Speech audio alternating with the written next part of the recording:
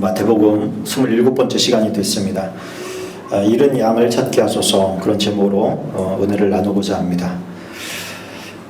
너희 생각에는 어떠하냐? 만일 어떤 사람이 양 100마리가 있는데 그 중에 하나가 길을 잃었으면 그 99마리를 산에 두고 가서 길을 잃은 양을 찾지 않겠느냐?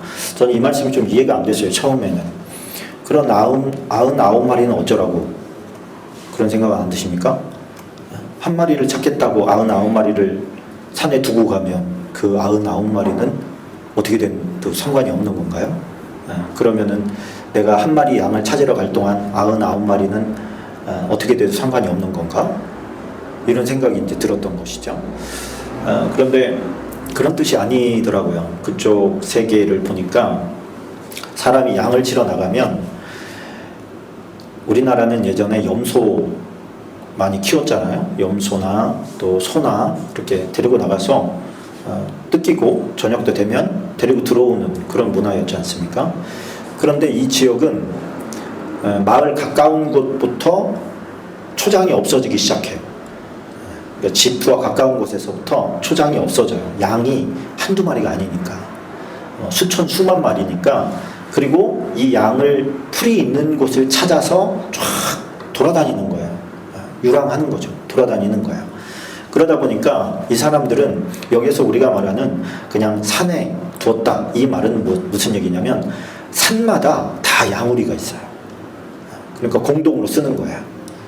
그래서 자기 양 표시를 해놓고 같이 들어갈 때는 같이 들어가고, 그런데 이 입구가 특이하더라고요. 보니까 우리나라는 뭐 나무나 이런 걸로 이렇게 열어놓으면 확 나가고 또 들어올 때 확 들어오고 그러는데 한 마리씩 들어오게 돼 있어요. 나갈 때도 한 마리씩 나가요.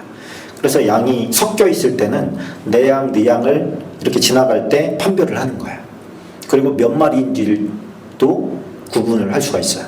그래서 하루 종일 양을 세는 게 아니고 2번 세더라고요. 언제 셌느냐? 나갈 때, 그리고 들어왔을 때.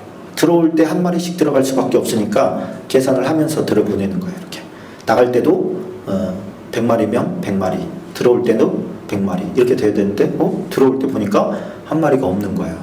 그러니까 어떻게 해요? 99마리를 양우리에다가 넣어놓고, 근데 이 양우리가 이게 천장이 있고 뭐 이런 것이 아니라 울타리만 있어요. 이렇게 우리 제주도 가면은 돌로 울타리 만들어 놨잖아요. 그런 식으로 울타리를 이렇게 만들어 놓고 센 거예요. 양을 딱 세다 보니까 한 마리가 없는 거죠. 그러면 어떻게 됩니까?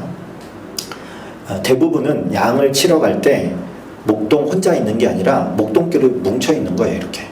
그러니까 내가 가도 다른 목동이 봐줄 수 있는 거죠. 그래서 그 한 마리를 찾아가는 거야. 그러니까 자기가 온 거리가 있지 않습니까? 온 거리보다 더 많이 벗어나지는 않으니까 그 온 거리를 되짚으면서 이렇게 가는 거죠. 그런데 사냥이 아니잖아요. 목동이 기르는 양이잖아요. 이 양들은 시력이 아주 안 좋다고 합니다. 10m 불 못 본다 그래요. 10m 정도만 벗어나면 거기에 뭐가 있는지 잘 안 보이는 거예요. 그리고 얘네들이 시력이 안 좋을 수밖에 없는 게 바닥만 보고 살잖아요. 땅만 보고 산다는 말이에요. 그러니까 땅을 보는데 멀리 볼 필요가 별로 없잖아요. 그러니까 땅만 맨날 보고 사니까 시력을 잃어가는 거예요. 멀리 볼 수가 없어요. 그러다 보니까 시력이 안 좋아요. 양을 또 잘 뛰지도 못해요. 시력도 안 좋은데 잘 뛰지도 못해. 그래서 우리가 양 같다 그럴 때 자기 보호수단이 없는, 자기를 방어할 수 있는 능력이 없는 존재를 표현할 때 양 같다 그런 표현을 합니다. 사냥을 말하는 게 아니에요. 목자가 없으면 살아갈 수 없는 존재, 그게 바로 성경에서 말하는 양을 말하는 겁니다. 양이 길을 잃었다 이 얘기는 죽는다는 얘기와 같은 말이다, 그렇게 이야기를 하더라고요. 그러니까 양이 길을 잃었으면 주인이 찾으러 오든지, 개처럼 자기가 길을 알아서 이렇게 올 수가 없어요. 얘네들은 멀리 못 보니까 항상 목자랑 이 풀밭만 보고 살았기 때문에 자기를 예전에 여기 왔던 길인데 이런 개념이 없는 거예요. 그러니까 목자를 떠나면 당연히 죽는 겁니다. 목동이 그를 보호하지 못하는 곳에 있다 그러면 얼마 못 가서 결국에 죽는 거죠. 근데 오늘 보니까 숫자 중에 한 마리가 빠진 거죠. 그러니까 어때요? 그걸 찾으러 간 거예요. 왜? 그 밤을 넘기지 못해서 죽을 가능성이 크니까. 들짐승들이 많잖아요. 그러다 보니까 이곳저곳을 살펴보고 찾아왔을 때 기쁨이 충만했다. 그렇게 이제 표현을 하고 있습니다. 이 말씀을 준비하는데 사일런스라는 영화가 떠올랐어요. 사일런스, 침묵이라고 하는 영화인데, 이제 포르투갈에 그 예수의 신부가 일본에 선교를 왔는데 포르투갈 본부에 연락이 오기를 그 신부가 배신을 했다, 이런 소식이 들리는 거예요. 그를 아주 귀히 여기고 따르는 제자들이 있었는데 이 제자들이 우리는 그거 인정할 수 없다, 가서 확인해 봐야겠다, 야 거기 일본은 지금 믿는 자들을 다 잡아 죽이고 순교의 피바다다, 거기를 보낼 수 없다. 근데 막 억지로 우겨서 결국에 가게 됩니다. 가게 됐는데 와보니까 이제 숨겨진 그런 목숨을 걸고 신앙생활을 하고 있었던 그런 사람들이 있는 거예요. 그런 사람들이 죽어가는 모습들을 이렇게 봅니다. 결국에 이제 이 사일런스가 왜 사일런스냐면 자기 스승이 결국에 배신했다는 걸 알게 돼요. 그래서 물어보니까 내가 섬기는 하나님이 그렇게 많은 사람들이 잔인하게 죽어가는데 왜 도와달라고 그렇게 기도하고 간구하는데도 불구하고 아무 말씀 없으시더라. 그러니까 난 거기서 쓰러질 수밖에 없었다, 넘어질 수밖에 없었다.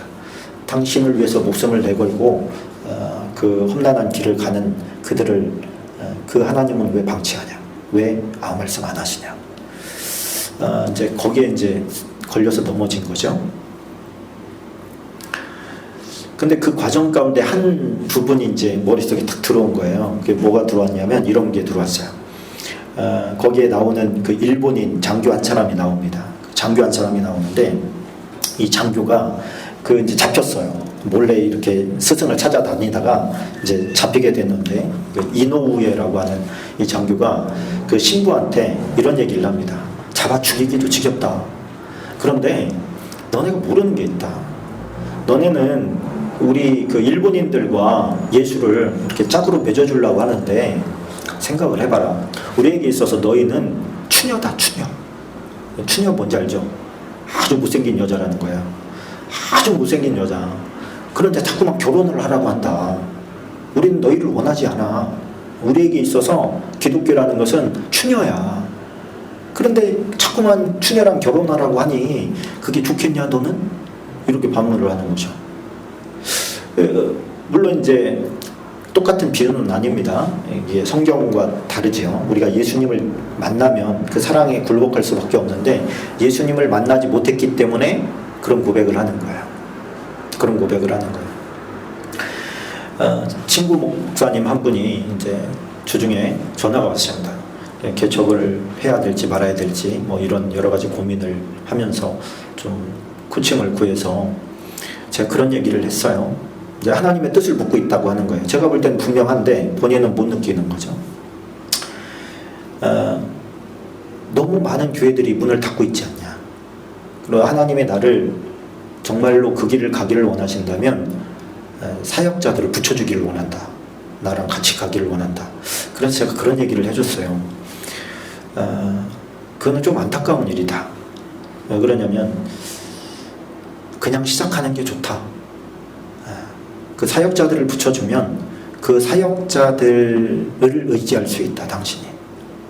그러면은 주님만 온전히 의지하면서 갈 수 있는 길을 잃어버릴 수 있다. 그래서 그러면 너무 이제 대책이 없지 않느냐 이거죠. 대책이 없는 게 좋다. 대책 가지고 갈 생각하지 말고 그냥 가라. 근데 이게 우리는 이제 시작하는 거니까 제 마음하고 같을 수는 없겠죠, 그죠? 근데 그 코칭이 잘 전달이 됐는지는 모르겠어요. 그런데 이제 뭐 알겠다고 하고 끊기는 했는데 성도들이 생각이 났습니다. 우리 교회를 떠난 성도들 있잖아요. 떠난 성도들을 되찾아야 된다는 말씀이 아닐까? 그런 말씀으로 이제 처음에 접근을 했는데 말씀을 준비하다 보니까 그런 메시지는 아닌 것 같아요. 교회를 떠난 게 아니라 목자를 떠난 사람, 그렇죠? 주님을 떠난 사람을 말하는 거예요. 주님을 떠난 사람을 데려와라는 거죠. 찾아 데려와라. 근데 이게 처음에 교회를 개척교회를 하면서 개척교회니까 한 사람이 얼마나 귀합니까? 한 사람 한 사람이 이루 말할 수 없이 귀하죠. 그 한 사람이 떠나면 헤아릴 수 없이 마음이 아파요. 굉장히 마음이 아픕니다. 그리고 막 별의별 생각을 다 하게 돼요. 내가 뭘 잘못한 걸까?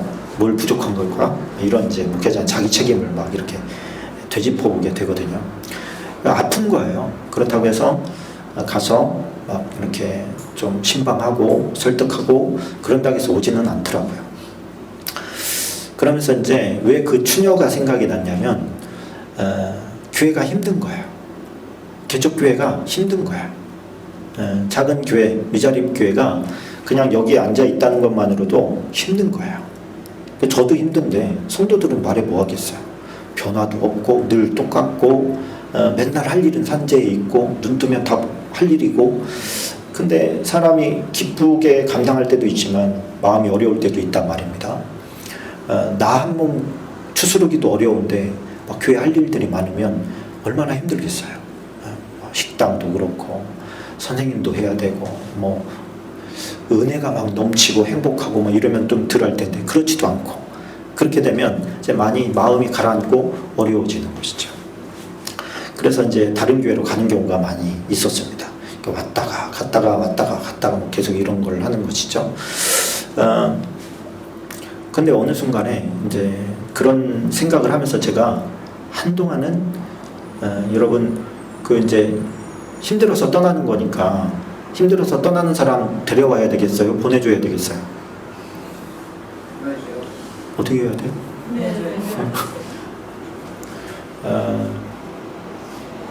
보내줘야 되지 않겠습니까? 나중에 그런 생각이 들었어요. 보내줘야지. 너도 힘들잖아. 그 힘들다고 가는데 어떤 사람은 힘들어도 꾸역꾸역 가는 사람이 있는가 하면 이제 그만하고 싶은 사람도 있을 거 아니에요.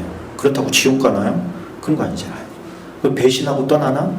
처음에 그런 생각도 약간 들었어요. 근데 그런 것도 아니에요. 그래서 제가 마음을 고쳐먹고 간다고 하시면, 그러니까 슬그머니 가는 분 말고 가겠습니다 이런 분은 이제 축복 기도를 해주고 그 다음에 이제 보내드렸어요. 가서 신앙생활 잘 하시라고 이렇게. 그러면은 하나님께서 제 마음에 위로를 주십니다. 제 마음에 위로를 주셔요. 그래서 저는 자꾸만 본질로 가는 거예요. 네 양이 아니야. 할렐루야. 네 양이 아니야. 주님의 양이야. 그러면 와서 충성하고 애쓰었으면 그만한 상이 있겠지. 그리고 너는 그냥 그 자리를 가. 갈 수 있는 만큼 가. 그리고 그냥 가는 거예요. 가는 거예요. 언제까지? 주님이 가게 하실 때까지. 제가 우리 교회가 어려워서 이제 3개월치 월세를 보증금을 남겨놨을 때, 한 1년치 정도 남겨놨을 때 그런 걱정이 들더라고요. 저는 목회가 아니면 나는 살 희망도 없고 의미도 없는데, 그래서 저는 이것을 생명처럼 붙잡고 있었어요. 그러니까 생명처럼 붙잡고 있는 것이 사명이라고 생각을 했거든요. 그런데 나의 의지와 상관이 없이 야, 이게 교회가 없어질 수도 있겠구나 이런 생각을 들게 됐어요. 그러니까 마음이 얼마나 힘들던지 굉장히 힘들더라고요.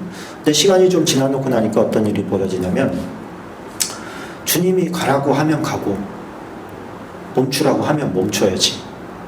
멈추라고 하는데도 가겠다고 고집을 피우는 거는 종이 아니지. 이런 생각이 이제 들게 됐어요. 아멘이시죠? 네. 그러면서 목회가 우상이 될 수 있다는 생각을 하게 됐습니다. 목사의 교회가 될 수도 있겠고, 목회가 우상이 돼서 이 목회가 없으면 아무것도 하지 못하는 존재가 되는 거 아닌가, 이런 생각을 하는 것 자체가 우상이 되었다는 거죠.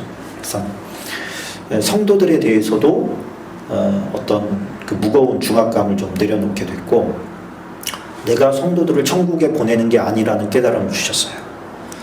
네가 보내는 게 아니잖아. 누가 보내줘요? 주님이 하시는 거예요. 주님이 하시고, 주님이 거듭나게 하시고, 주님이 새롭게 하시고, 주님이 성숙하게 하시고, 성령께서 다 하시는 건데, 그 무거운 중압감을 내가 가지면 한 걸음도 못 가죠. 이 중에 있는 누구를 제가 천국에 보내겠어요? 나 하나도 벅차죠. 어떻게 보면. 그런데 성도들을 다 천국에 보내야 돼. 이런 이제 말도 안 되는 그런 압박을 느끼고 있었던 거죠. 떨어져 우리 교회를 떠나면 마치 구원을 잃어버리는 것처럼 생각을 했던 거예요, 제가. 그게 아닌데 그냥 다른 교회 가서 열심히 잘 신앙생활을 하고 있는데 우리 교회에서 나간다는 것을 마치 내가 지옥구덩이로 미는 것처럼 그렇게 느껴지더라는 거예요. 그래서 오늘 메시지는 그 의미는 아니라는 거예요. 오늘 메시지는 뭐냐면 목동을 떠난 양을 말하는 겁니다. 우리가 이렇게 교회가 자꾸 힘들면 떠날 때 목사님 자꾸 힘들어서 도저히 못 해먹겠어요. 힘들어서 갈래요. 그러고 가는 사람이 있을까요? 없을까요? 있어요. 없더라고, 한 명도. 그렇게 말하고 떠나는 사람은 없어요. 뭔가 다 다른 이유가 있어요. 다른 이유가. 그런데 본질적으로 생각을 해보면 압박 때문인 거예요. 압박, 부담감 때문이고. 문제는 그건데 그 문제로 얘기할 수는 없는 거죠. 그냥 그것이 이해가 돼요. 그냥 이해가 돼요. 그냥. 그리고 그들이 그 자리에 있었다는 것만 해도 하늘에서는 만만찮은 상급이 될 거라고 생각을 합니다. 끝까지 가는 사람도 있겠지만 끝까지 안 가도 복인 줄로 믿습니다. 때로는요, 좀 다 잘 됐을 때는 대접받기가 쉬워요. 이해가 되시죠? 모세가 가나안 땅에 들어갔다고 생각을 해보세요. 혼자 다 해낸 거잖아요. 어떻게 보면 출애굽 시키고 광야 생활 가르치고 가나안 땅까지 들어갔어. 그러면은 모세가 가나안 땅 들어가기 전에도 거의 우상화되어 있었는데 들어갔다고 생각을 해보세요. 제가 볼 때는 안 들어간 게 큰 복이다. 좀 미흡하게 해놓은 게 복이다. 그런 생각이 드는 거죠. 자, 오늘 말씀 가운데서 잃어버린 양을 하나님 되찾게 해주십시오. 우리가 그 영혼을 되찾게 해올 수 없을지도 몰라요. 그렇죠? 근데 우리가 할 수 있는 건 뭐예요? 기도하면서 고백하는 거예요. 돌아왔으면 좋겠다. 특별히 오늘 두 종류를 우리가 좀 생각해 볼 수가 있는데, 한 종류는 하나님을 오늘 형제라고 부르는, 형제가 그렇게 말하잖아요. 아직 크리스천 세계에 있는 이 교회 안에 있는 사람이 범죄하는 모습을 봤어요. 그러면 우리는 어떻게 하죠? 대부분 야, 내가 봤는데 말이야, 걔가 그러더라고, 이렇게 하기가 쉽잖아요. 근데 성경 뭐라 그래요? 거기로 가라는 거. 그 사람한테, 다른 사람한테 얘기하기 전에 그 사람한테 가라. 가서 어떻게 해라? 너 그러면 안 돼 라고 얘기해라. 권면하라는 것은요, 잘못됐다는 것을 깨닫게 하라는 뜻이 있어요. 너 지금 죄 짓고 있어, 너 그렇게 하면 안 돼, 이렇게 얘기를 해주라는 거예요. 그렇게 했을 때 그 사람이 그래, 미안해, 내가 잘못한 거 맞아, 주님께 회개해야 되겠다, 나한테 그렇게 얘기해줘서 고맙다, 이렇게 오면 네가 다른 사람에게는 비밀을 지켜주고 그 사람을 얻을 수 있다. 그 사람은 얼마나 감사할 거예요. 고맙고. 그런데 내가 가서 그 사람하고 1대1로 얘기를 했는데 그 사람이 오히려 튕겨요. 튕기면서 네가 뭔데 그래, 니는 죄 안 져? 막 이렇게 하고 갔을 경우에는 그때 다른 사람과 교회 공동체와 얘기를 하라는 거예요. 얘기를 해서 뭐라고 얘기하겠어요? 내가 이런저런 모습을 봤는데 같이 가서 이 사람의 잘못된 점을 좀 함께 지적해 줬으면 좋겠다. 왜? 그냥 내버려 두면 그 사람의 교회를 오염시키니까 가야 되는 거예요. 그 두세 명이 같이 가서 하는 말마다 그거 맞냐? 그러면 아니다. 그러면 아니래, 맞대. 이걸 다 증거를 삼으래요. 그래서 한 사람이 가면 누가 거짓말했는지 모르잖아요, 나중에. 근데 두세 명이 같이 가서 얘기를 하게 되면 이 사람이 그게 진짜인지 가짜인지가 드러나게 되잖아요. 그리고 그때는 이 사람이 거짓말을 했더라도 두세 명이 알고 있으면 그런 것들을 오래 못 가서 정말 잘못하는 것들은 드러나게 됩니다. 그럴 때는 어떻게 하래요? 교회에다 얘기해서 그 사람 어떻게 하래요? 징계하라는 거예요. 교회 공동체가 전체가 다 썩어가기 전에 그 사람을 쳐내라. 그러면서 하신 말씀이 그 말씀이에요. 하늘에서 매이면 이 땅에서도 매이고, 이 땅에서 매이면 하늘에서도 매이고, 하늘에서 또 이 땅에서 풀면 하늘에서도 풀린다. 이 말씀 얼마 전에 들었어요, 그죠? 누구에게 주신 메시지였어요? 베드로에게 주신 메시지였어요. 그 베드로에게 주신 메시지는 뭐였어요? 교회의 시스템을 말하는 거예요. 교회의 체계, 질서를 말하는 거예요. 그래서 교회를 순결하게 지켜나가야 될 책임이 있다는 거예요. 그런데 그 교회를 무너뜨리려고 하는 세력은 항상 있잖아요. 언제나 있잖아요. 그 누가 그래요? 너도 짓고 나도 짓고 다 지으면. 그런 얘기해 줄 사람이 없는 것이죠. 그런 얘기해 줄 사람이 누구예요? 결국에는 깨어서 기도하면서 거룩함에, 구별됨에 머무르고 있는 사람이 얘기를 해줘야 되는 겁니다. 권위자라고 할 수 있죠. 권사예요, 권사. 권위자라는 뜻이에요. 권면하는 자라는 뜻이에요. 근데 이 사람들의 삶의 행동이나 모습이 경건하고 하나님 보시기에 아름다울 때 그 사람이 하는 말에는 힘이 있게 되어 있습니다. 그 사람이 하는 말에 힘이 있으니까 그 힘이 그 사람을 바꾸는데 영향력이 생기는 것이죠. 우리가 하나님께서 주어진 길을 묵직하게 가다 보면 거기에서 어떤 저력이 생겨요. 저력이 생기게 되더라고요. 신기하게도. 그래서 이게 어떤 교회 규모가 작아도 주변에서 이제 많은 분들이 묻는 경우가 많습니다. 나도 모르는 사이에 이게 오랜 세월 20여 년이 넘다 보니까 그들에게 해줄 말이 생기는 거예요. 해줄 말이. 그런데 그 해주는 말이 영양가가 있어요. 왜? 몸으로 체득된 거기 때문에. 그리고 살아남아 있기 때문에 그 말이 그들에게 있어서는 때로는 생수처럼 다가오는 거예요. 그러니까 우리 성도들의 모습이 그렇더라는 거죠. 아버지의 품을 떠나서 마음대로 살았던 탕자를 큰아들이 데리러 안 가잖아요. 그죠?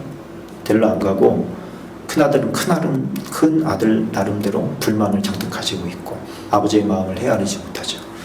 우리가 교회를 떠난 사람들에 대해서 안타깝다고 얘기하겠지만 진짜로 안타깝냐? 주님이 이렇게 물으시면 아마 그렇지 않은 것 같습니다. 이렇게 얘기할 수가 있을 겁니다. 진짜로 안타까우면 자기가 좀 손해를 보고 그 사람들이 뭐라고 해댈 수도 있죠. 지난번에 우리 집사님이 얘기했듯이 오히려 더 반격할 수도 있고 그런데 그 사람이 심판 자리에 있을 때를 생각해야 돼요. 우리는 하나님은 한 사람도 멸망받는 거 원하지 않는다. 주님께서 분명히 말씀을 하셨어요. 많은 양 중에 한 마리도 잃어버리는 것은 하나님의 뜻이 아니다. 그런데 그 마음이 우리한테까지 잘 전달이 안 돼. 우리는 큰아들이라고 생각해요. 우리는 교회 안에 있어요. 예배 드려. 그런데 그러다 보니까 우리는 하나님 앞에 잘 있는 것 같잖아요. 그러다 보니까 떠나 있는 탕자를 바라보는 아버지의 마음이 잘 안 느껴지는 거예요. 나는 그러고 있지 않으니까. 근데 주님은 지금 오늘 아버지의 마음으로 그렇게 마음 먹어주기를 바라는 거죠. 너가 내 마음을 좀 알아줬으면 좋겠다. 나는 걔가 거기서 죽는 걸 원하지 않아. 그럼 아버지의 마음을 우리가 헤아린다면 얘기할 수 있잖아요. 우리가 조금 갔더니 무시하고 모멸감을 갖게 하더라도 얘기해 줄 수는 있잖아요. 아버지가 널 기다려. 나는 너 같은 놈 뭐든지 말든지 별 상관없는데 아버지는 널 기다려. 그러니까 와야 되지 않겠냐? 이렇게 얘기를 해줘야 되겠죠. 하나님을 떠나 있는 예수님 믿다가 세상으로 나간 사람들 많이 있습니다. 그 사람들에게 우리는 말을 전달해 줄 책임이 있습니다. 얘기해 주는 거예요. 그 사람이 상처받고 괴롭고 힘들고 여러 가지 이유들을 들어서 세상으로 나갔어요. 그렇다고 해서 그가 지옥에 갈 때 그 핑계를 댄다고 해서 그게 위안이 되겠습니까? 아니면 하나님께서 그래 네가 그런 핑계가 있었구나, 그런 이유가 있었구나, 너는 지옥 가면 안 되겠다, 넌 천국으로 가라, 그러시겠습니까 하나님이? 그건 어떻게 할 수가 없어요. 그건 어떤 이유를 대도 변명이 안 되는 거예요. 심판자리 앞에서는. 그 심판자리 앞에 가기 전까지만 기회가 있는 거잖아요. 근데 아버지 말도 안 들으니까 형제들이 가서 얘기를 좀 해달라 이거죠. 주님께서. 그래서 오늘 이 자리에 있는 우리가 오늘 제목이 뭐예요? 잃은 양을 찾게 하소서. 내가 아버지의 마음을 좀 오버랩돼서 아버지의 마음이 좀 내 안에 담겨가지고 주님을 떠나 있는 사람들한테 한마디라도 제대로 아버지의 마음을 전달할 수 있는 그런 나의 입술이 되게 도와주십시오. 그런 도구가 되게 해주십시오. 그렇게 기도할 때 하나님께서 기뻐하실 줄로 믿습니다. 오늘 그 힘 달라고, 하나님 내가 그런 힘 달라고, 그렇게 할 수 있는 결심을 달라고 우리 한 30분 동안 간절히 중보하면서 기도하도록 하겠습니다.